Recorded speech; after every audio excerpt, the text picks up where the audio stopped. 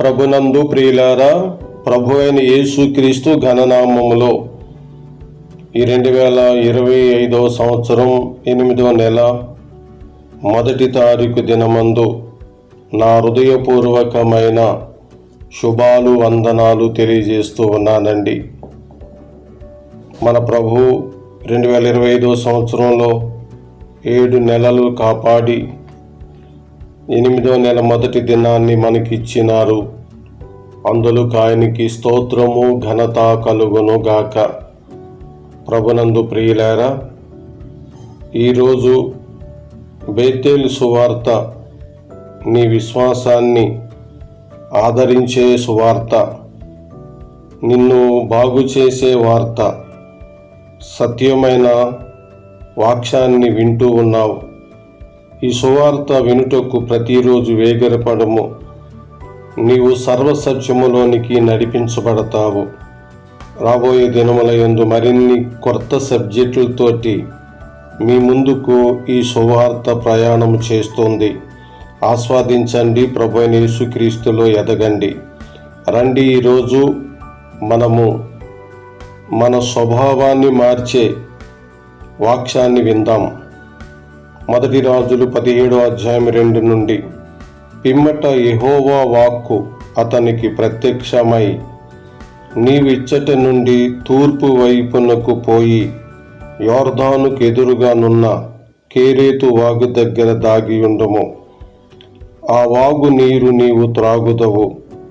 అచ్చటికి నీకు ఆహారము తెచ్చున్నట్లు నేను కాకోకోలములకు ఆజ్ఞాపించి తినని అతనికి తెలియచేయగా, అతడు పోయి యెహోవా చెలవు చొప్పున యోర్దానుకు ఎదురుగానున్న కేరేతు వాగు దగ్గర నివాసము చేసెను. అక్కడ కాకోకలములు ఉదయమందు రొట్టెను మాంసమును, అస్తమయమందు రొట్టెను మాంసమును అతని యొద్దకు తీసుకొని వచ్చుచుండెను. అతడు వాగు నీరు త్రాగుచూ వచ్చెను. చదవబడిన లేఖనాలు మన వినికిడిలో ప్రభు దీవించునుగాక. ఈరోజు దేవుడు నిన్ను పోషించటానికి రెడీగా ఉన్నాడు. అయితే మీరు వినువారు మాత్రమై ఉండి మిమ్మల్ని మీరు మోసం చేసుకొనవద్దు. మీరు విన్నది కల్పిత కథలు వినొద్దు, అసత్యం వినొద్దు.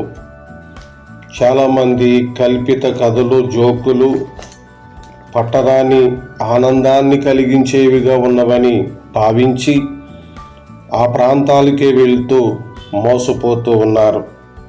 సత్యము చెప్పే వీడియోలు వినటం లేదు, సత్యము చెప్పే సంఘాలకి రావటం లేదు. కవ్వింపు, ఒక హేళన, ఆశయము ఉన్న స్థలాలకి వెళ్తూ ఉన్నారు. ఈరోజైనా ఈ మాటలు విన్న నీవు మారు మనసు పొందము. నీవు దేవుని వాక్యాన్ని హృదయానందంతో వినాలే తప్ప తప్పట్లు కొడుతూ గాల్లో చేతులు తిప్పుతూ వినకూడదు. వినేటప్పుడు వినయంగా కూర్చుని వినాలి. ఆయన సన్నిధులు అది గొప్ప భాగ్యము. మనం చదివిన లేఖనాల్లో 17:2 పిమ్మట యెహోవా వాక్కు అతనికి ప్రత్యక్షమై. ప్రియులారా, దేవుని వాక్యము ఏలియాకు ప్రత్యక్షమైనారు. ప్రభువైన యేసుక్రీస్తు వారే. 5 అతడు పోయి యెహోవా చెలవు చొప్పున, అనగా దేవుని వాక్యము ద్వారా అతడు అహాబు వద్ద నుండి పారిపోయి ప్రభు చూపించినటువంటి కేరేతు వాగు దగ్గర నివాసం చేశాడు. దేవుడు చెప్పిన వాక్కుకి లోబడిన ప్రవక్తని ఏలియా ఈరోజు ప్రభువాక్యానికి లోబడక, ప్రభువాక్యములో ఉన్నదానిని చేయక నీ జీవితంలో వ్యర్థమైనది చేస్తూ ఉన్నావు. ప్రభువాక్యము చెప్పుచున్నట్లుగా ప్రతి ఆదివారం ఆరాధన, ప్రతి ఉదయం ప్రతి సాయంత్రం వ్యక్తిగతంగా బైబిల్ చదువుకొని ప్రార్థన, వాక్యములు ఏదైతే ఉందో అది చదివి వదిలిపెట్టడము కాదు, కానీ దాని ప్రకారంగా నువ్వు నడిస్తే దేవుడు నిన్ను పోషిస్తాడు. ఈ 2025 సంవత్సరం 8వ నెల 1వ తారీఖున దేవుడు నీకు వాగ్దానం చేస్తున్నాడు, నిన్ను పోషిస్తానని. దేవుని వాక్కు పట్ల శ్రద్ధ కలిగి ఉండుము. మరి ఏది కలపకు సుమా, దీంట్లోంచి ఏది తీకు సుమా. ఇప్పటికే తీసి జీవించుచున్నావన్న పేరు మాత్రం కలిగుండి అనేకులు చనిపోతున్నారు. వారు సరైన మార్గములో ఉన్నట్టుగానే నడుస్తూ చివరికి నరకానికి వెళ్ళిపోతున్నారు. ప్రభువుని ఎరగని వారు అనేకులు నరకానికి వెళ్ళుట అది కరెక్టే, కానీ ఎరిగి ఉండి రెండింతల పాపం చేసి శిక్షకు గురయ్యి నరకానికి వెళ్ళిపోతున్నారు. మరి ఈరోజు వాక్యం వినటం మాత్రమే కాదు, విని సత్యములో ఉండాలి, దాని ప్రకారంగా నడాలి. ఏలియాకు యెహోవా వాక్కు ప్రత్యక్షమైనప్పుడు గౌరవించి వెళ్ళినాడు కాబట్టి ఏలియాకు ఆహారం వచ్చింది. ఎలా వచ్చింది? కాకి స్వభావము పిసినుగొట్టిది, ఎత్తుకుని పోయేదే, దొంగ తిండికి కక్కుర్తు పడేదే. అయితే దేవుడు కరువు కాలంలో తన సేవకుడని ఏలియాను పోషించుటకు ఆహారం తెచ్చున్నట్లు కాకులకు ఆజ్ఞ ఇచ్చెను. సాధారణంగా కాకులు ఎత్తుకుని పోయేవే గాని తెచ్చిచ్చేవి కావు కదా. అయితే దేవుడు వాటి స్వభావాన్ని మార్చాడు. నీవు దేవునికి లోబడితే నీకు అనుకూలమైన స్వభావము కలిగిన వారిని ఆయన మార్చేస్తాడు. ఒకవేళ నువ్వు డ్యూటీ చేస్తున్నావు, జీతాలు రావటం లేదు, యాజమాని హృదయాన్ని మారుస్తాడు. నువ్వేదో వ్యాపారం చేస్తున్నావు, లాభం లేదు, కానీ ఆయన మారుస్తాడు. నువ్వు ఏదో పార్ట్నర్షిప్ అని చేస్తున్నావు, నీ పక్కన ఉన్నవాడు నిన్ను మోసం చేస్తున్నాడు, కానీ నువ్వు దేవుని వాక్కుకు లోబడితే అతన్ని మార్చివేస్తాడు. నీవు దేవునికి లోబడి విధేయుడుగా ఉండినప్పుడు నీ పట్ల ఆయన గొప్ప కార్యాలు చేయటానికి ఆనాడు ఏలియాకు తోడున్నవాడు క్రీస్తు రక్తధారల యందు విశ్వాసం ఉంచిన నీ యందు కూడా ఆయన తోడుగా ఉన్నాడు. ఈరోజు ఈ మాట నమ్మితే నీవు ధన్యుడుగా ఉంటావు, నీ కుటుంబాన్ని పోషించుకోగలుగుతావు. దొంగ స్వభావం కలిగిన కాకిని మార్చివేసినాడు. మనము లూకాసు వార్త 19వ అధ్యాయము 1 నుండి 9 వచనాలు మనం చూసినప్పుడు అక్కడ జక్కయ్య అనే పొట్టివాడు కనపడతాడు. ఇతడు పిసినుగొట్టి, ఇతడు బహు అన్యాయస్తుడు, ఇతడు బహు లంచకొండి, జనుల యొద్ద అన్యాయముగా గుంజుకుంటూ తాను ధనవంతుడైపోయినాడు. అయితే యేసు ప్రభు ఇతన్ని పిలిచినాడు.